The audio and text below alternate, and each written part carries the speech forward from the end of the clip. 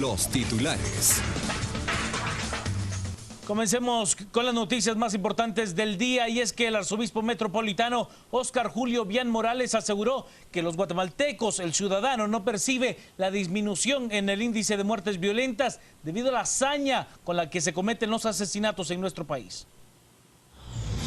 Luego que el presidente de la República, Otto Pérez Molina, en conferencia de prensa indicara que los homicidios han disminuido en comparación al año anterior, el arzobispo metropolitano Óscar Julio Bian aseguró que sí se ha disminuido, pero la responsabilidad de que siga así no es solo del gobierno, sino que de las familias, ya que según él, es allí donde se crían a los asesinos.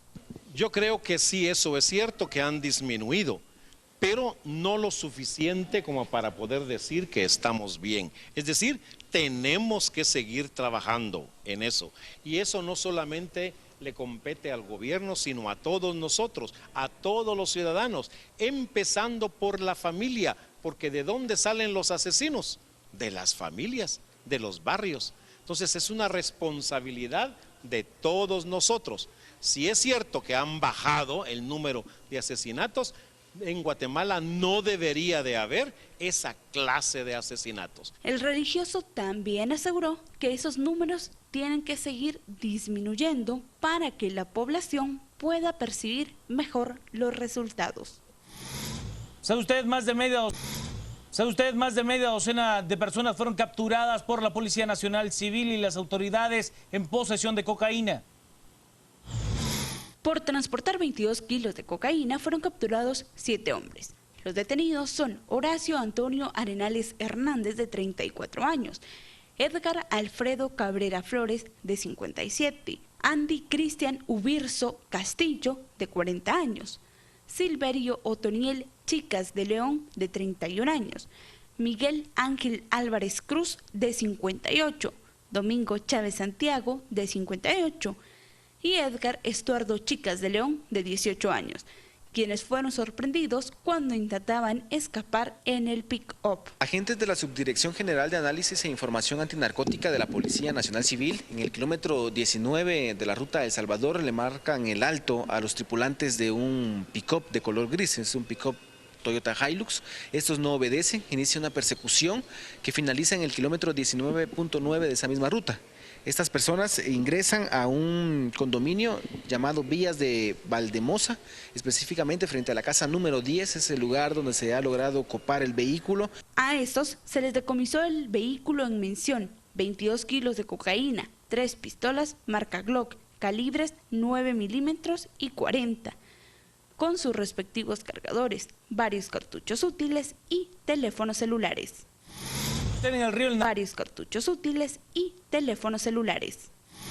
En el río El Naranjo, en la frontera con México, las autoridades lograron otra incautación. Esta vez no fue de droga, fue de casi $2 millones en efectivo. Fuerzas combinadas de la Policía Nacional Civil y el Ejército Nacional, luego de una persecución en Río San Pedro, El Naranjo, frontera con México, a unos 300 metros de apostadero del destacamento militar en el interior de una lancha, incautaron 3 costales con dólares, por lo que se coordinó con el MP para el conteo.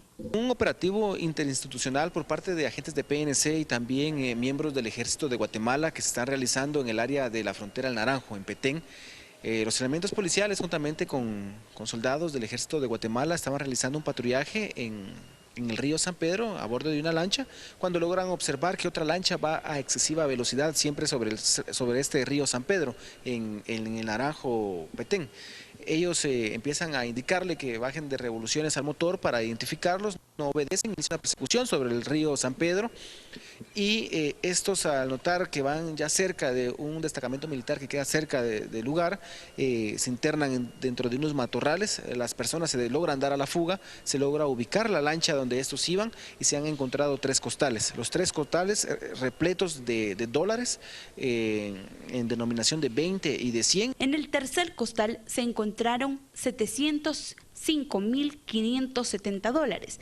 En el segundo costal se contabilizaron 736.150, mientras que en el primero fueron 356.000, para un total de $1.797.720, siendo en moneda nacional 13.482.900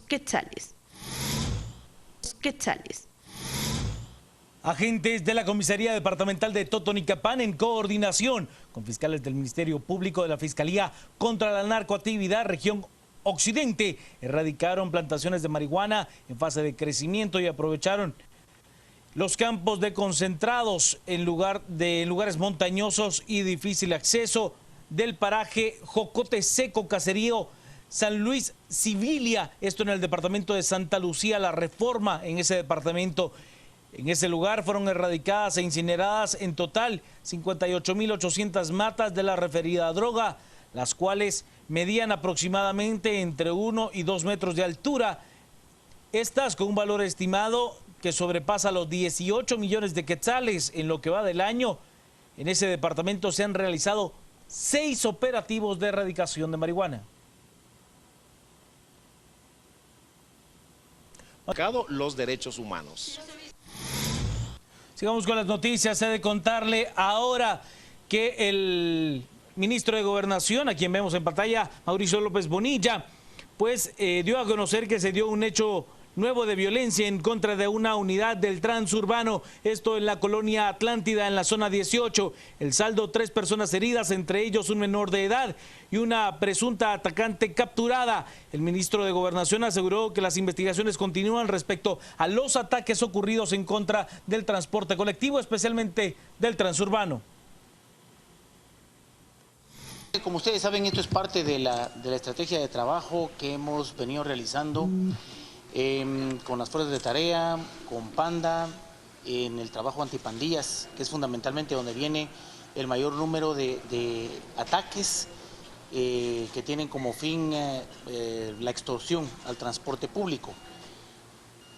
Con el transurbano lo que se pretende es dar una ruta mucho más segura y la situación es que para nosotros no tuvimos en el momento adecuado la información de que iba a haber una extensión del transurbano para poder tomar medidas como corresponden. Ustedes saben que el transurbano tiene paradas que tienen que estar bajo cierto resguardo y nosotros contribuimos con patrullajes. Ya tenemos ahora visualizado todo este tema, ya el viceministro de Seguridad está precisamente trabajando sobre todo el esquema de protección que vamos a dar al transurbano y vamos a utilizar unidades motorizadas, vehículos y motos para poder cubrir precisamente los espacios en donde ahora el transurbano está extendiéndose más allá en el área de zona 18.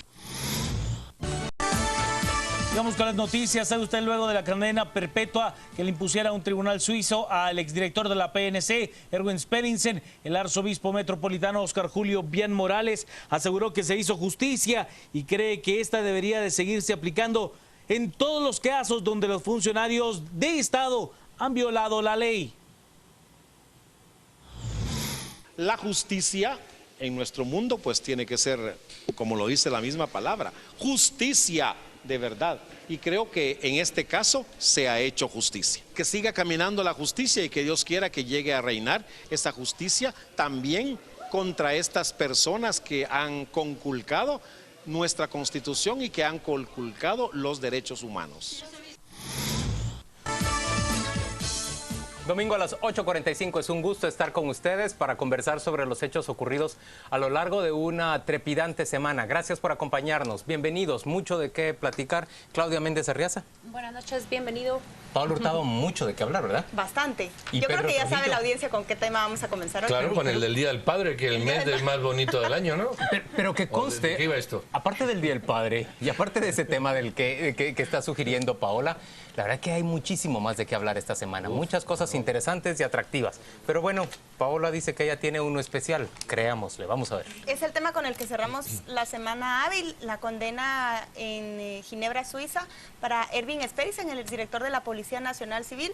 Ustedes ya saben que él fue condenado a cadena perpetua por la muerte de 6 reos de la granja penal Pavón, la ejecución extrajudicial y también como autor directo de un 7º reo, ocurrida estas muertes en el año 2006. Fue absuelto en cambio por el plan Gavilán, la muerte que también le atribuía la Fiscalía o el Procurador suizo de los reos que se fugaron de El Infiernito en 2005, al menos 3 que fueron ejecutados extrajudicialmente por las fuerzas de seguridad.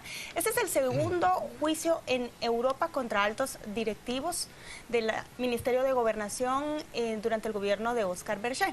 El primero, ustedes recuerdan, fue Javier Figueroa, el subdirector de investigaciones criminales, amigo de Speritsen, cercano de infancia, que fue absuelto en Austria el año pasado. Hay un juicio pendiente todavía para Carlos Bielmann, el exministro de Gobernación de Berger, que está previsto que empiece el juicio al terminar el verano en Europa, es decir, después de septiembre de este año. Entre los puntos para discutir que yo planteo en la mesa está la absolución por los casos del Infiernito, la condena por el caso de Pavón.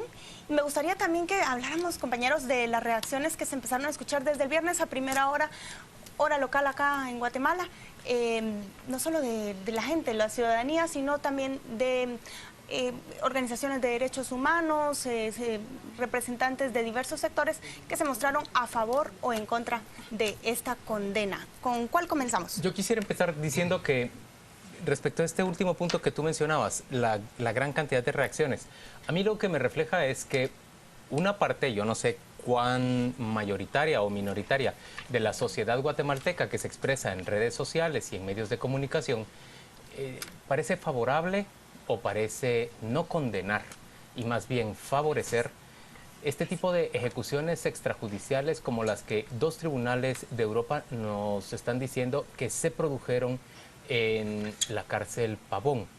A mí me parece que eso es enormemente penoso y que refleja lo poco desarrollados que somos en términos sociales y en términos políticos. Dicho eso, yo también tengo que decir que siento pena, o lo primero que sentí fue pena por un funcionario con el que traté. En términos generales, Ervin Speritsen fue un hombre bastante abierto hacia la prensa. Muchos reporteros, muchos periodistas discutimos bastante con él. No era un hombre especialmente explícito, pero sí era un hombre que se sentaba a responder preguntas que uno planteaba. Siento pena porque le hayan condenado a cadena perpetua. Me inspira más pena, francamente, su familia. También siento pena, y sé que esto es poco comprendido por la mayoría de personas, por los ejecutados extrajudiciales. Presos que el sistema de justicia guatemalteca tenía ya dentro de su prisión, pero que por falta de control del Estado guatemalteco estaban delinquiendo de nuevo y cometiendo crímenes terribles, pero nada de eso justificaba que ellos fueran ajusticiados. Me parece que hay un avance en términos generales para los guatemaltecos si nos damos cuenta que estos hechos que nosotros vemos como naturales y en algunos casos incluso como positivos para acabar con la violencia son vistos como salvajada en el mundo civilizado. Y yo quisiera recordar que tanto el señor Figueroa como el señor Speritsen como el señor Bielmann tuvieron la potestad de decidir en qué sistema de justicia querían ser juzgados. Y en ese sistema fue juzgado el señor Speritsen y en esas condiciones fue condenado a esta pena. Bueno, yo voy a opinar. Yo no tengo una opinión sobre la sentencia porque no la he leído y evidentemente no estaba allí. Yo lo que sí veo son unas cosas que me crean disfuncionalidad comprensiva. Son las siguientes. Hasta ahora hay 4 juicios, ¿verdad? Speritsen, Figueroa, Yamatei y otros 8 que se juzgaron aquí que la sala de apelaciones decidió. Y los 4 son distintos. Entonces uno dice, bueno, si todos estuvieron ahí, si todo es uno, ¿por qué es tan diferente? Y si lo queremos sacar de Guatemala, ¿por qué Austria y Suiza juzgan distinto una cosa que en teoría tiene que tener las mismas pruebas y los mismos hechos? A mí me llamó mucho la entrevista que tuviste junto con Silvia Jereda el martes pasado, sí, con Giselle Rivera, porque prácticamente ella responde de una o de muchas maneras esta pregunta. ¿Por qué un juicio que en los cuales se juzgan los mismos hechos tiene resultados diferentes ante distintos juzgados? La respuesta de ella es muy categórica y tiene mucha lógica. Habría que conocer cuál fue el cuerpo de prueba presentado ante cada tribunal. Pero podemos en teoría... decir, por ejemplo, que en Guatemala no ha desfilado esa cantidad de testigos que sí desfiló en Suiza y que ni siquiera llegó a desfilar en Austria. Yo tengo entendido, por ejemplo, que el señor Carlos Benfeld, cuyo testimonio escuchamos acá hace 8 días cuando repasamos uno de los fragmentos de ese documental que se ha hecho viral en las redes sociales, él relata su testimonio, cómo es separado y cómo nuevamente es reincorporado a otro grupo de prisioneros y se salva. Bien, ese testimonio no fue escuchado en el tribunal de Carol Patricia Flores, no fue escuchado en el tribunal de sentencia que juzgó a Víctor Soto Diegues y a el señor Rojas y a la señora Arriaza, y tampoco fue escuchado en Austria. Bueno, yo pero tengo escucha, entendido que ahora en Suiza no permitieron escuchar a testigos que hubo en Figueroa, como fue el señor Berger y otros. Entonces, yo lo que veo es que son juicios distintos. Y a mí me queda, bueno, ¿por qué en Suiza no permiten estos testigos? Yo no lo sé. ¿Por qué en Suiza hay un señalamiento, que yo también desconozco, de Trial, una organización con la que el fiscal tiene sus contactos, según se publicó? ¿Por qué en Suiza hay un testigo que sale aquí, que es una señora, que dice que firmó y cuando la quieren llevar tampoco la dejan hacer? ¿Por qué sale un video de Sisig justo en el juicio, que parece que ya lo olvidamos, parece que nadie lo tiró y es un documental realmente evidenciador de un lineamiento muy claro, de una intencionalidad muy clara? Entonces, ¿qué te quiero yo decir con esto? una cosa más. El plan Gavilán que decía Paola, la absolución y el caso Pavón. El caso Pavón, sustancialmente, por lo que yo he percibido, no lo desconozco, son 2 declaraciones de 2 testigos directos. Uno, el señor Benfeld. Yo comprobé y sí, no había cumplido prisión cuando Sisil lo protege y le quita la prisión. Y otro, el señor Viret, que estaba condenado a 30 años y también se benefició. No, había salido libre ya. También lo corroboré. Bueno, estos son los testigos protegidos. El señor Viret cambia su testimonio. No es protegido, Viret. Cambia su testimonio. Él cambia su testimonio. La primera declaración es: vi al señor Esperice a las 4 de la tarde, a las 16:00. En el siguiente, yo lo vi dispara. Y la fiscal Giselle Rivera, a la que aquí, como tú decías, entrevistamos, ella dice: ese testimonio es mentira. Eso está, yo lo dijo el martes, es mentira. Yo tomé esas declaraciones y esa declaración es absolutamente falsa. Entonces, con toda esa Macedonia, a mí lo que me queda es una enorme inquietud y enorme interrogante que no quiero definir como yo la interpreto para que no sea personal. Pero los hechos ahí están y son realmente como en estas piscinas que ponen. Pero déjame plantearte y va uno andando y se desequilibra. ¿Tú quieres acotar algo de Pedro? Porque también yo quiero... Yo quiero plantear una pregunta. Yo quisiera plantear un punto también para que quisiera plantear una pregunta. Es... Cuando se produjo la resolución en el caso de Austria, nosotros en esta mesa dijimos, yo no la comparto, yo eso dije, pero respeto lo que dice el tribunal austriaco y punto, ahí quedó. En el caso de Suiza, en que se produce una resolución que ahora sí encuentra culpable a una persona y encuentra los hechos que se alegaban cometidos, ¿por qué ahora habríamos de contaminar esa resolución con la idea de que pueda ser ideológica? O sea, Suiza está lo más lejos posible, créanme. De Suiza no salió mucha ayuda para la insurgencia guatemalteca.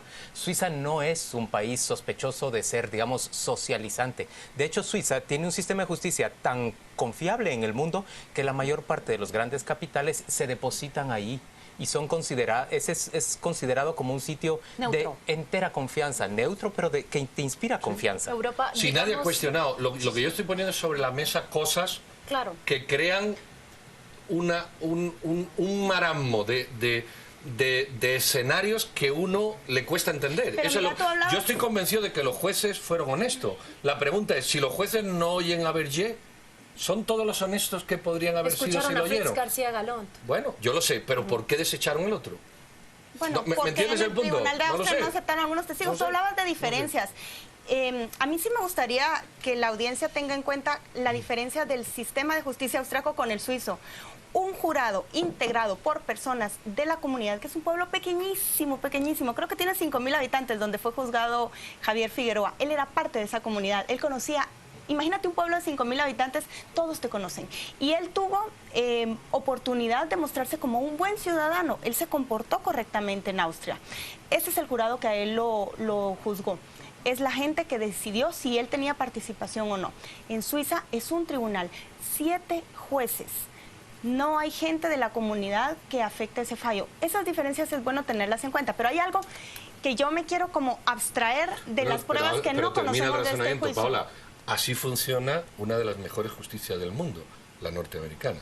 Así es, y la con misma que tú grandes has cuestionado integrados con el caso por de Portillo también. Bueno, quiero decir que no... Pero miren, nadie negó que hubo ejecuciones extrajudiciales. El propio Javier Figueroa, que testificó supuestamente en favor de Spericen, entiendo que el tribunal utilizó su declaración como prueba de cargo que le benefició a la parte acusadora para sustentar que hubo ejecuciones extrajudiciales. El propio defensor de Spericen dijo en pleno juicio que las hubo, no las hubo, pero lo que él quería recalcar es que Spericen no estaba enterado.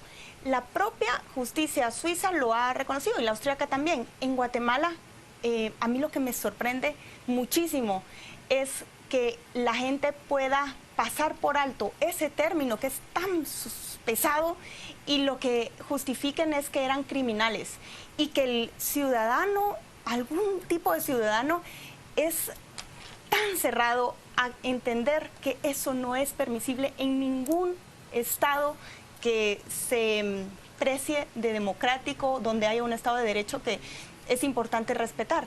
No, eso no tiene justificación. Y aquí en Guatemala lo que más me sorprende de todo este caso, la gente que se rasga las vestiduras diciendo que Spericen es un héroe y que deberíamos de condecorarlo en vez de condenarlo, porque lo que hicieron fue salvar al país de criminales. Bueno, te recuerdo que si el informe Latino Barómetro, que lleva años editándose, presenta un porcentaje de más del 60% en casi todos los países latinoamericanos, y especialmente en Centroamérica, de gente que apuesta por un grado de fuerza, de dictadura o de eliminarlo. Claro. ¿Y sabes por qué ningún gobierno, ninguno de aquí, ha sometido la pena de muerte a referéndum? Porque gana. Porque gana. Gana la pena de muerte, pero claro. Te añado a no estoy diciendo que sea correcto, pero es otra realidad. Sí, claro. Y el Latino Barómetro sigue privilegiando en un país como Guatemala, en donde el ejército ha sido tan acusado de abusos y excesos contra los derechos humanos, sigue hasta el día de hoy como una de las instituciones más privilegiadas. Yo quisiera compartir varias informaciones relacionadas con esta sentencia. Tengo contacto con el círculo más cercano del acusado de Spericen y de Figueroa. Y este círculo cercano, la reacción inmediata es una sentencia que se puede y que se va a recurrir. Entonces él está sometido a un sistema de justicia en donde la última palabra no la tiene ese tribunal. Tendrá que ser la sala de alzada, que según me dice este círculo cercano a ambos, se ubica en otro lugar. Ellos lo que estaban diciendo el viernes era justamente que quizás en el área suiza-alemana, porque le toca la sala de alzada de Berna, ellos puedan tener una resolución más objetiva. Acusaban precisamente... Una sala que no entra a ver testimonios, solo proceso. Nunca las salas ven... Ajá, pero es bueno hacer la salvedad. Claro. Ellos no van a ver si... Únicamente van a... Pero sí pueden ver si ha habido, por ejemplo, elementos de prueba que el tribunal no ha considerado y que podía ser. Pueden ser eso. O incluso, digamos, la justicia de este tipo tiene la incorporación de prueba que quedó suelta y que otro tribunal de alzada sí puede admitir para su registro. Esto es lo primero que ellos dicen. Consideran a Ginebra pues la cuna de los derechos humanos y que el tribunal podía ser muy susceptible a esta tendencia. Es la reacción inmediata de ellos. Segundo, yo comparto con Pedro, aunque en diferente lid, que los casos han dejado muchas preguntas sueltas. Fíjate tú cómo Javier Figueroa y Erwin Spericen, cuando son sometidos a esos juicios, ellos introducen en esta historia una acusación directa. Ellos dicen, esta línea de ejecuciones se planean y ejecutan desde una rama del Ministerio de Gobernación. Directamente dicen, léase el nombre de Víctor Rivera, sus asistentes quienes dependían directamente del ministro Carlos Bielman. Son los tres que están fallecidos. Es la declaración directa Echarle la culpa de al ambos. muerto es más fácil, es más conveniente. Hasta al muerto le echaron de la culpa de la tesis doctoral de Valdizón. Señores, tenemos que ir a la pausa comercial. ¿Qué les parece si volvemos para seguir conversando sobre este tema? Hay mucho que discutir todavía. ¿Cuáles son las expectativas para el proceso que se habrá de desarrollar en Madrid en contra del exministro de Gobernación, Carlos Bielman? Ya venimos.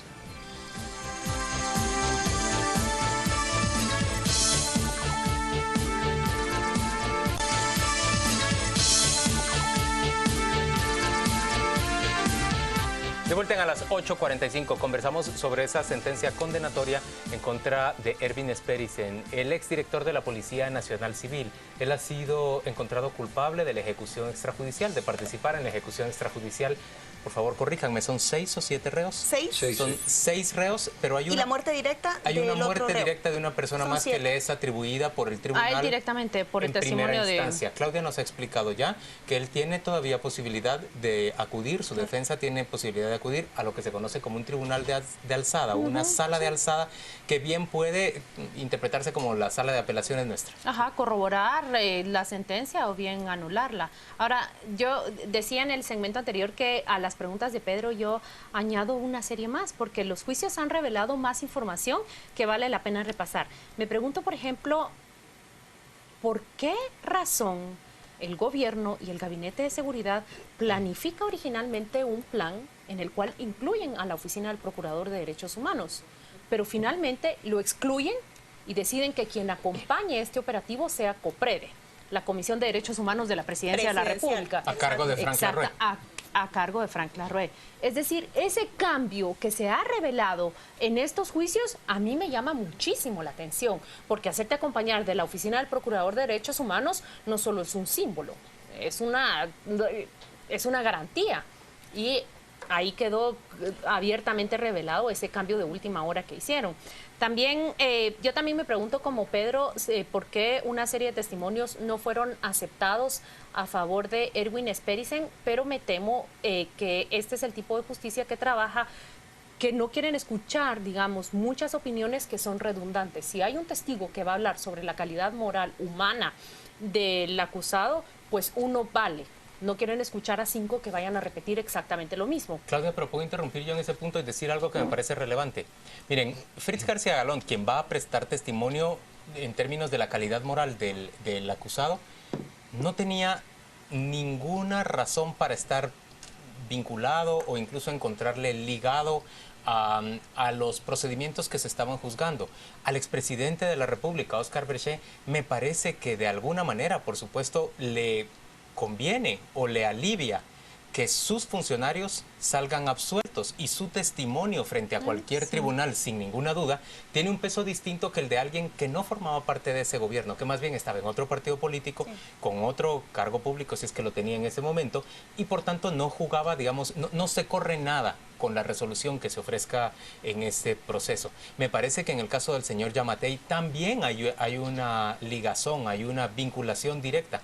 Yo puedo entender las razones por las cuales el tribunal haya preferido no escuchar esos dos argumentos, pero aquí estoy partiendo simplemente de mis conjeturas. Pero mira, eso... No de una explicación concreta. Si tú admites ese razonamiento, tienes que admitir que el tribunal no tenga que escuchar a los presos, sino a uno nada más. ¿Por qué va a escuchar a reiterados presos que remarquen la misma condición? Son víctimas directas, es bueno, distinto, ¿no? Pero escucha, como razonamiento, si 5 personas te pueden redondear o definir lo que ocurrió, tienes que aceptar que otras 5 te pueden desdecir lo que no ocurrió. Porque mira, tan metido en el sistema de podredumbre carcelaria, está el señor Benfield. ¿Cómo está? Y el señor que condenaron 30 años por asesinato, como metido en el sistema de intereses puede estar el señor Berger o el señor Giammattei. O el propio Eduardo Stein. O el propio...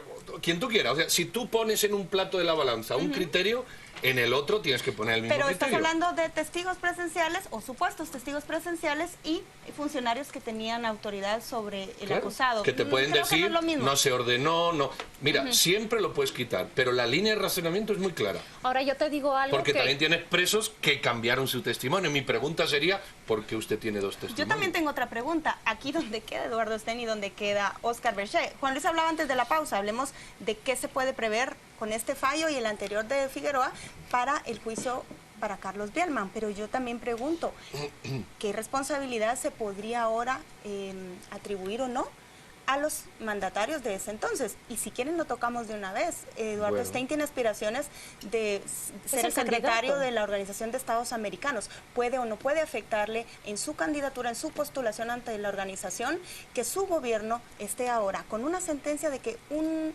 director policial participó o tuvo participación en ejecuciones extrajudiciales? Y él como jefe de gabinete de seguridad. Ahora lo propone el propio gobierno de Otto Pérez Molina. Pero el mismo presidente que en el documental dijo estas autoridades de la fueron balanza lo mismo, no desconversemos.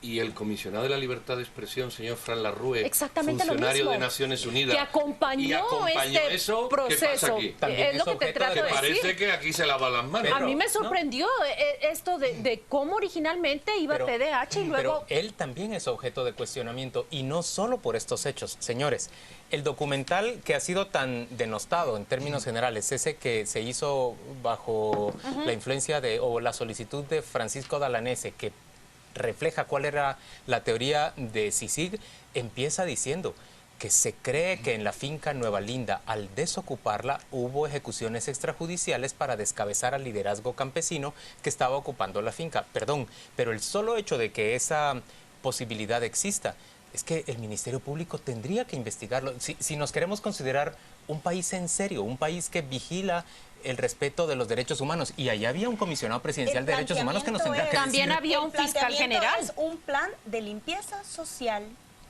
bajo la administración del gobierno de Óscar Berché. Pero allá hay otro punto. Nueva Aquí Linda, hemos discutido Infiernito. agriamente con Pedro, porque yo reporteaba en esa época. Yo encontré numerosos indicios de violencia, de limpieza social, de pandilleros que fueron ejecutados por cientos, por decenas, no solo en Guatemala, en Misco, también en Palín. Hubo muchos casos de ejecuciones extrajudiciales. ¿El Parlacén? Esto lo dice Juan Luis Font, que es un periodista y que vivió esa época, pero el Ministerio Público, nuestras autoridades, por supuesto que eso tendría que ser yo quiero agregar a la lista que menciona Paola, porque ella atinadamente dice, bueno, Frank Larue, Eduardo Stein, Óscar Berché, pero también en los juicios se dieron cuenta cómo dicen: yo no era responsable de investigar qué sucedió con los prisioneros. Yo no era responsable de vigilar una escena del crimen. ¿Quién era el responsable entonces del Ministerio Público? Juan Luis Florido. ¿Y quién fue el fiscal que atendió directamente la escena del crimen? Álvaro Matus. Han sido dos personas que en su momento... Álvaro Matus sí fue sujeto a una persecución penal que quedó diluida completamente en los juzgados. Juan Luis Florido estaba en la lista original de acusados de Giselle Rivera, pero sabemos que esa lista se diluyó completamente. Juan Luis Florido era un diputado del gobierno de Óscar Berché, que fue llevado a dirigir el Ministerio Público. Rivera negando todo esto. ¿Qué niega Giselle Rivera? Giselle Rivera dice, el testimonio, porque vamos a tomar, no sé si es correcto, como principal testimonio el del señor Francés Bisset. Yo también comparto la opinión de Giselle Rivera. Dice, yo personalmente tomé y afirmo, ella lo dijo, podemos tomar las imágenes, ¿verdad? Y afirmo, eso es mentira, ese no fue el testimonio que él dio, ese testimonio es falso.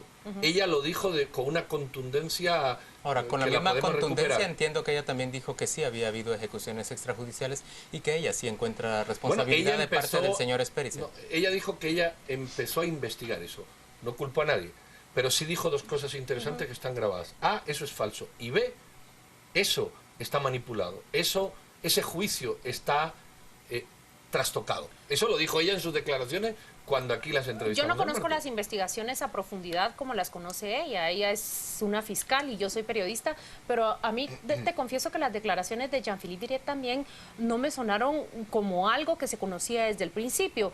Sí entendí ¿por qué declaran varios prisioneros? Que era una de tus preguntas anteriores. Recuerda que entraron desde 3 diferentes puntos. Y lo que yo ahora entiendo es que mientras Carlos Benfeld está en el boquete de salida hacia Pavoncito, Jean-Philippe Viret, según su testimonio, se encuentra en el boquete de salida que se abrió cerca de la casa de Jorge Batres. Por eso es que los dos testimonios son aceptados. El momento y el espacio que le consta a uno no le consta al otro, pero al final la historia se reconstruye a partir de los dos testimonios. También yo nunca había escuchado de los prisioneros que en su momento declararon este testimonio del señor Jean-Philippe Viret, pero el tribunal le dio valor probatorio. Y hay algo en lo que yo no estoy de acuerdo. La sentencia dice que le tiene que pagar a Esperisen 30.000 francos a la mamá de uno de los reos que su testimonio fue presentado durante el juicio. Te voy a decir algo que lo digo en función de lo que me dijo el productor del documental, el argentino que entrevisté por teléfono, por Skype. Él me dice que en el documental no incluyeron el testimonio de ella, porque la señora es tan poco instruida, tiene una capacidad de expresión tan primaria, que les dio la impresión que la señora no sabe lo que dice, que no está consciente de que está prestando una declaración y que no tiene ninguna información de lo que sucedió en Pavón.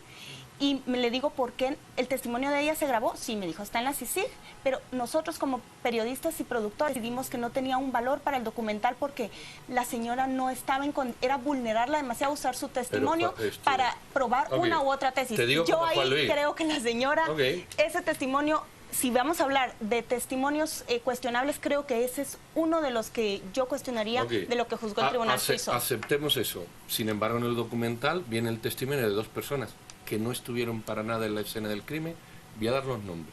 Héctor Rosada y Marieles Monzón, que opinan que no deja de ser una opinión puramente subjetiva, que jamás estuvieron ahí ni les tocaron. La pregunta es... ¿Otto Pérez Molina? Bueno, ¿por qué incluyen a uno y le dan un valor declarativo y una persona que estuvo ahí, aunque tenga esas deficiencias educativas y de expresión, no se lo dan? ¿Sabes por qué? Todo esto tiene respuesta. Y solo tiene una respuesta. Cuando la línea no es recta, solo hay una respuesta. Está amañada. La lista la hizo el señor Dalanese con el productor. Este sí, este no.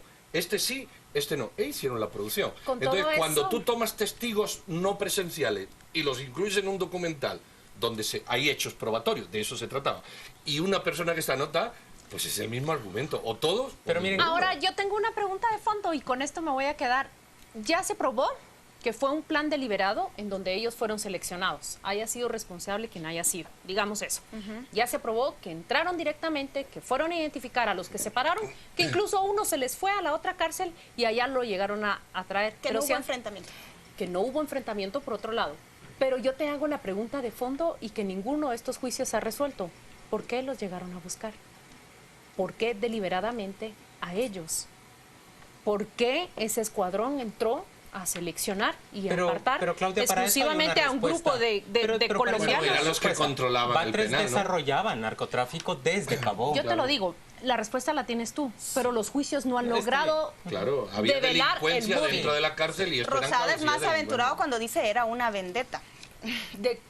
Era un asunto de drogas, no nos perdamos. Él tiene una opinión personal, pero en los juicios eso no se ha juzgado. Necesitaría que me lo probaran y que me lo documentaran. Yo aquí lo que veo es que llegan a buscar a la élite que controlaba el penal. No, eran del COD. El único del COD que muere es uno. ¿Es Batres? No, Cepeda. El único que pertenece al Comité de Orden y Disciplina de Prisioneros que fue muerto es Cepeda. Los demás eran mafiosos dirigiendo. Era gente que delinquía desde el penal. Hay una cosa peor. ¿En qué año pasó eso? 2006. ¿Qué se ha hecho de 2006 hasta ahora para cambiar eso? Absolutamente nada. La prueba es que la sociedad todavía lo apoya y lo defiende. Nada. Las cárceles no les importa a nadie, a ninguno de los gobiernos que han pasado. Y tampoco a ninguno les importó de los ministros desde ni les importó. Las cárceles, y supongo que habéis visitado alguna, yo he tenido la suerte, creo que es una suerte, de visitar dos. Las cárceles son un nido de corrupción permitido, manifiestamente permitido por todos los ministros de gobernación y todos los presidentes que han pasado por este país. Uno de los eslabones más débiles de nuestro sistema y refleja cuán corrupto y cuán diligente es nuestra justicia. Entonces lo próximo será que ocurrirá otra cosa que no sé qué será. No tiene que ocurrir. Miren, no puede volver a ocurrir. Bueno, eso tampoco pasó en los estadios en el 83 y volvió a pasar con los rojos y los crema. Volverá. Un día ocurrirá otra desgracia, nos rasgaremos las vestiduras y seguirá sin ocurrir nada. No nos dio tiempo de ver las previsiones para el juicio de Bielman. ¿Les parece si lo abordamos la otra semana en función de lo que transcurre? Lo abordaremos con la nueva información. Vamos a la pausa comercial, volvemos dentro de muy poco.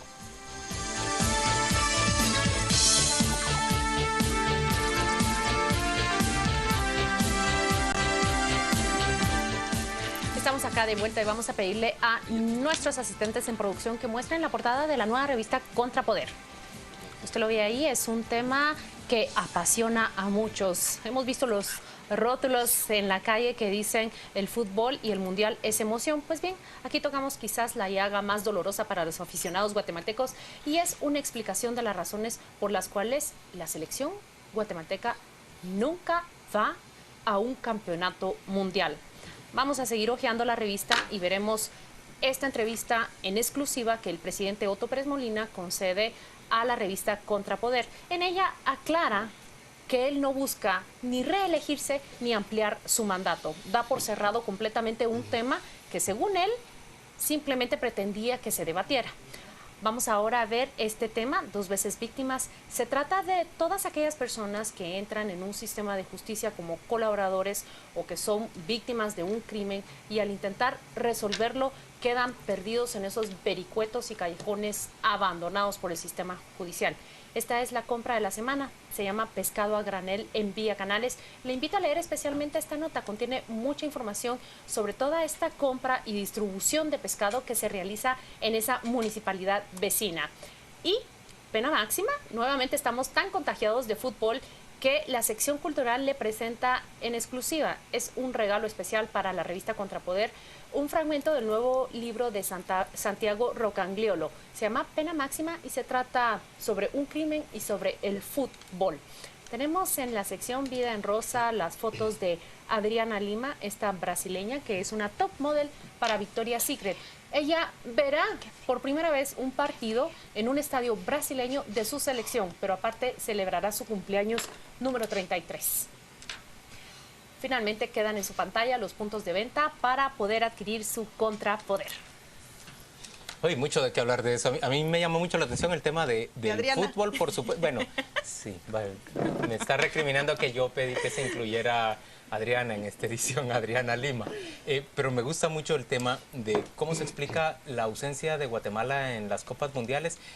Se hace una gráfica muy interesante que compara fenotipo, o más bien talla, peso, complexión de los jugadores guatemaltecos seleccionados versus los de toda el área de CONCACAF. La verdad es que no es muy distinto el tamaño de los jugadores guatemaltecos al de sus pares.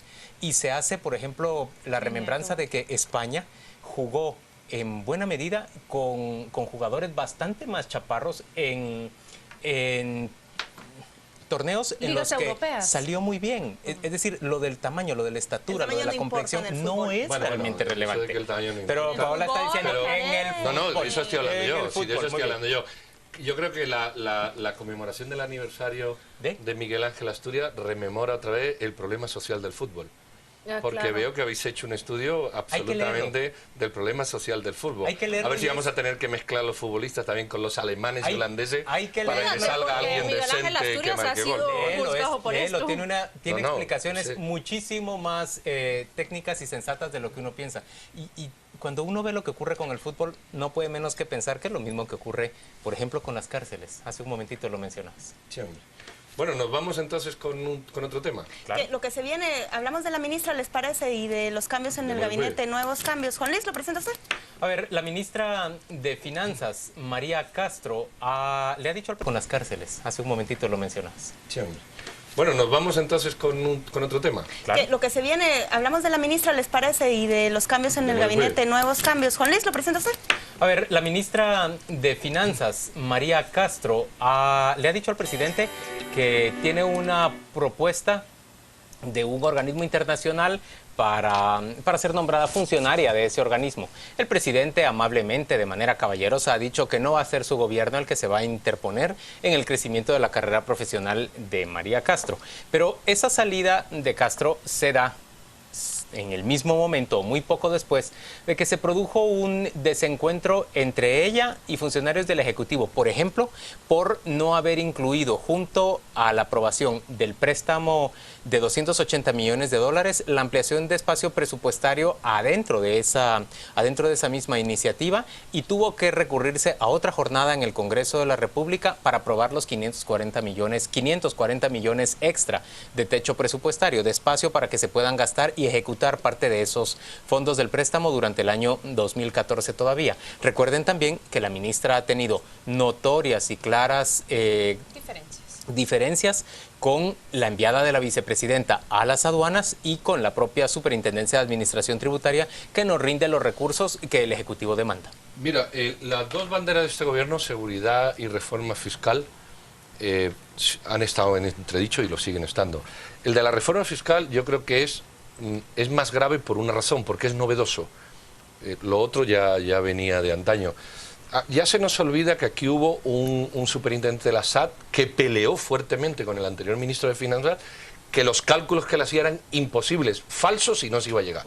Y se llegó a una ruptura. Primero tuvo que salir el señor Gutiérrez, que puso las cartas sobre la mesa del primer día, y creo que es el único que ha hablado claro en esta administración en el tema de finanzas, y luego salió el señor Pavel.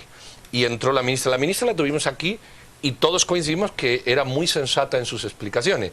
Y ella estaba, de alguna manera, dibujando este escenario.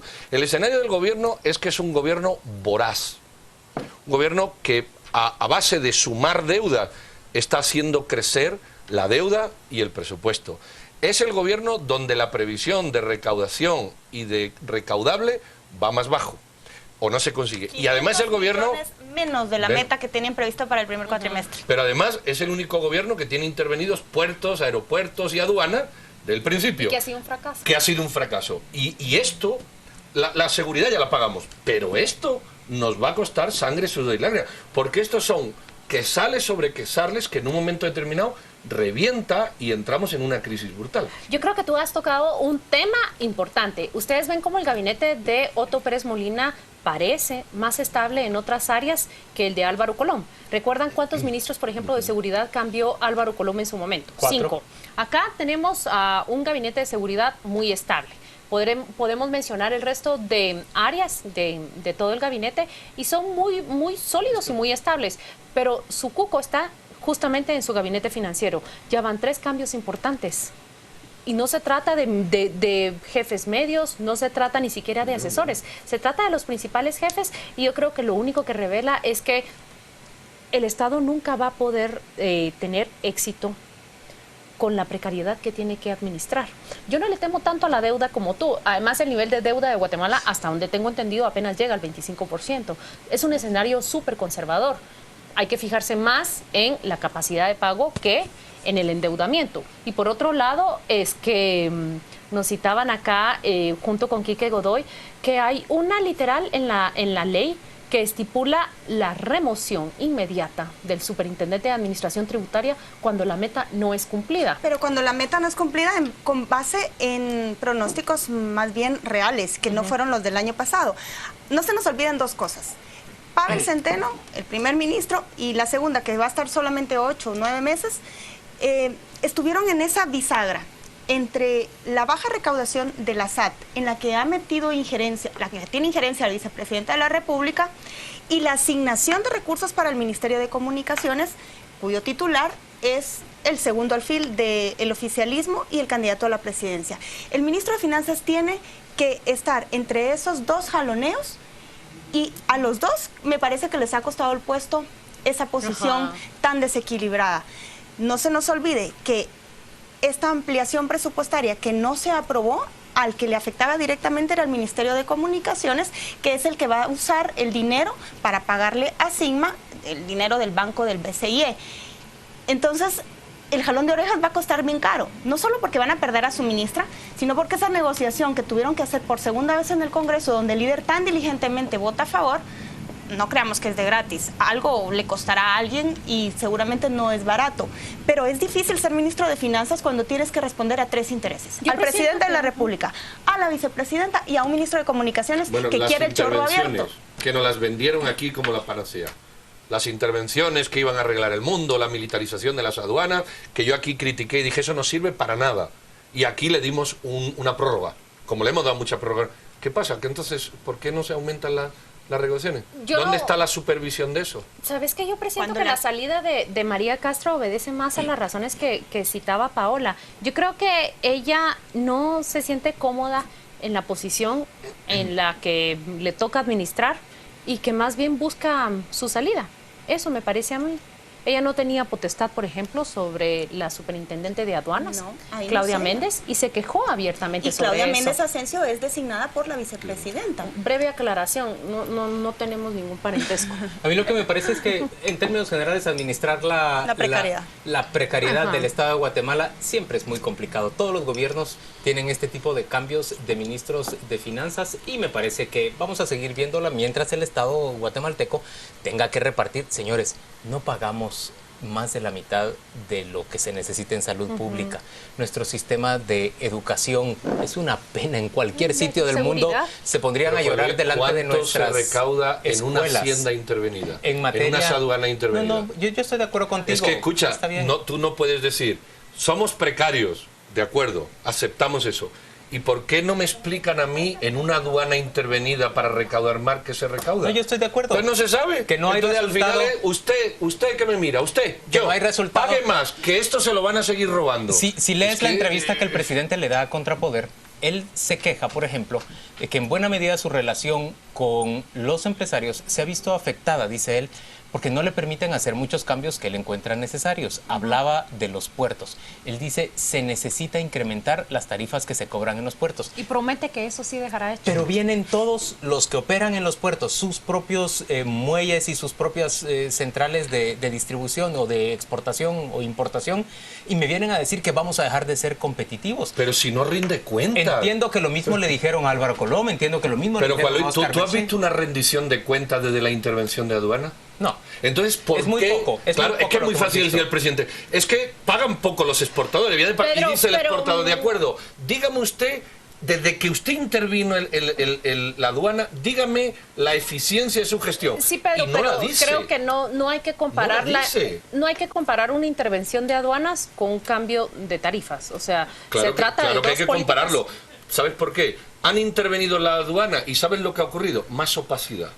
Te lo voy a decir porque yo no los compararía. ¿Tú sabes algo? algo? Te lo voy a decir, solo pasa, ¿Sabe algo? Solo transfieres el Te lo voy a decir porque no los compararía. La otra es una no. política que define completamente, digamos, país. La otra fue una medida paliativa que no ha resultado para nada. Igual Claro. la recaudación sigue baja, señores, y a quien pongan de ministro de Finanzas, si no necesitan la o sigue recaudación, perdiéndose. Pedro no Trujillo, mejora. tenemos apenas tiempo para plantear ¿Cuánto una roba? o dos. Esa es la palabra. Pedro ¿Cuánto Trujillo. roba los sindicatos con sus presiones en puertos y aeropuertos? Esa es una buena pregunta sin respuesta. no menos que los grandes proveedores en esos puertos también. Ahí se reparten el botín parejo. Entonces cuando eso se sepa, uno está dispuesto a subir tarifa. Ya, Pedro Pero Trujillo. cuando un sindicato te cambia los carros cada 2 días, dice que da 30 millones de quetzales, pero no te dice cuánto factura, pues entonces, ¿qué quiere? ¿Y qué pasa si se descubre que los importadores se benefician del contrabando también? Bueno, pues hay que meterlos en prisión a todos. Eso, correcto. Todo. Pedro, tenemos tiempo para una o dos preguntas sin respuesta. Bueno, entonces vámonos a una de ellas. Venga, yo me voy a ir... Bueno, yo he ido 2 preguntas. Uno, la iniciativa de ley, porque ya está ocurriendo muy a menudo, a través de la cual... Eso, correcto. Todo. Pedro, tenemos tiempo para una o dos preguntas sin respuesta. Bueno, entonces vámonos a una de ellas. Venga, yo me voy a ir... Bueno, yo he ido 2 preguntas. Uno, la iniciativa de ley, porque ya está ocurriendo muy a menudo, a través de la cual el gobierno te presentan vegetales, o te presentan telecomunicaciones, o te presentan pingüinos, y uno de los artículos no tiene nada que ver con esa cuestión. Y ahí te la clavan. Y ahí clavaron 550 millones en la protección de vegetales. Igual que le da telecomunicaciones, dieron otra clavada a ciertas personas y a ciertas empresas para otros. Ofrezco la respuesta rápidamente. Estoy de acuerdo contigo en que resulta engañoso que nos llamen una ley de sustancias vegetales, algo por el estilo, y en realidad haya ido camuflada ahí una ampliación al techo presupuestario del Ministerio de Comunicaciones. Pero sí entiendo una explicación. Era necesario incrementar el techo presupuestario para poder legalizar el uso del préstamo durante este primer año de pero ¿por qué no se hacen dos cosas distintas? Fue un error. Pero la manera de hacer un error. Es engañoso, está bien. Les dije ya que debió haberse dado desde la aprobación del préstamo. Junto con esa aprobación debió haberse dado un decreto legislativo para incrementar el techo presupuestario. Abona demasiado a la desconfianza que genera siempre yo no digo que abona desconfianza, eso cuesta dinero. O sea, volver a negociar con líder y con las bancadas que votaron a favor y disfrazarlo con una ley de lechugas, eso sale caro. Bueno, pues te pongo otra que también estaba aquí. La ley esta de las telecomunicaciones, la cantidad de cosas que mete, y a los 3 días un contrato multimillonario a una de las empresas proveedoras de telefonía con un contrato de cláusulas realmente cerrado, realmente hermético, que de alguna manera se tendría que declarar lesivo porque cierra la puerta al resto, y son más de 1.000 millones de que salen. Lo publicaron en República Digital esta semana. Sí, se publicó en República y nos bloquearon la página, claro. Y hablaban de la empresa Tigo. Decían cómo Tigo se beneficia con este contrato. Le llaman la ley Tigo, de hecho. ¿Puedo decir yo algo respecto a esto? Miren, yo estoy de acuerdo con que es paralelo que se da la aprobación de esa ley que permite que las empresas instalen postes sin tener que pedirle permisos a las municipalidades, sobre todo en el área metropolitana, y el pleito gigantesco que hay entre algunas de esas empresas telefónicas con la alcaldía de Arzú. Eso es un hecho. Y al mismo tiempo se da este contrato con el Ministerio de Gobernación. ¿Son 1.500 cámaras o van a ser 5.000 cámaras las que se van a instalar en área metropolitana? Entiendo, por supuesto, que las otras empresas telefónicas se ponen furibundas porque dicen, le están permitiendo a esa empresa telefónica que con ese contrato y con la ley nos meta la competencia a todos en el área metropolitana, concretamente a una que ha tenido casi en monopolio la proveeduría de internet y de cable en área metropolitana. Pero señores, todos estos son pleitos que se dan en materia comercial que no tendrían que estar siendo resueltos mediante contratos o mediante provisiones de parte del Estado. Y para eso necesitamos un sistema de justicia en el que, perdónenme, no es mala voluntad, pero no deberían meter su mano los empresarios, porque invariablemente en ese sistema de justicia cada uno va a querer tener sus propios magistrados que le resuelvan a favor. No solo los empresarios. Nadie. Escucha, esta ley se aprueba por los políticos en connivencia con empresarios. Sí. Pero mira tú, y entonces viene la corruptela. Pero te estoy diciendo, ¿quién tiene la última palabra? 5 inconstitucionalidades ya. Creo que había una sexta, aunque no me quedó claro. Algunas las han decidido. 3 han declarado sin lugar, hasta donde tengo entendido. Pero ya el viernes ya... Yo quiero hacer una crítica a la Superintendencia de Telecomunicaciones, porque la misma municipalidad ha dicho que ya hay 1.500 permisos para instalar postes después de aprobada la ley. Y la CIT se hace la loca, así literalmente, de decir qué empresas, dónde y bajo qué permiso les están autorizando esos. Opacidad. Señores, porque tenemos a todo nuestro Estado entregado por parcelitas a diferentes empresas del sector privado. Entonces, a quien le pertenezca la CIT está beneficiando a quien le quiere pertenecer, a quien le pertenece la otra entidad beneficia. Necesitamos un Estado íntegro, fuerte, un Estado técnico. No, porque eso es una falacia. Gente proba, gente íntegra, gente honesta. El Estado es una ficción. Porque te digo una cosa, diputados honestos que no se prestan a este... Como decía Kissinger, cuando quiero hablar con la Unión Europea, ¿qué teléfono tengo que llamar? Pedro, te muerde siempre. El Estado. Te muerde siempre. No, es que decimos el Estado y entonces parece que no es responsabilidad. Te muerde siempre de diputados con nombre y apellido. Te muerde la víbora de la ideología. Es que esto es responsabilidad del ministro. Un Estado. De personas. No Estado. Un Estado sólido, profesional, fuerte. Hagamos una marcha. Hemos llegado al final. Una marcha. Pero es el segundo domingo que queremos salir marchando. Paola está convocando Yo creo que esta nos va a jorobar el Día del Padre con una marcha. Paola, convoca marcha. En julio, que no hay ningún... Paola, convoca una marcha y vamos su sobrinito y quizás nosotros 3. Le dejamos ya en compañía de la viñeta de la semana. Gracias por acompañarnos.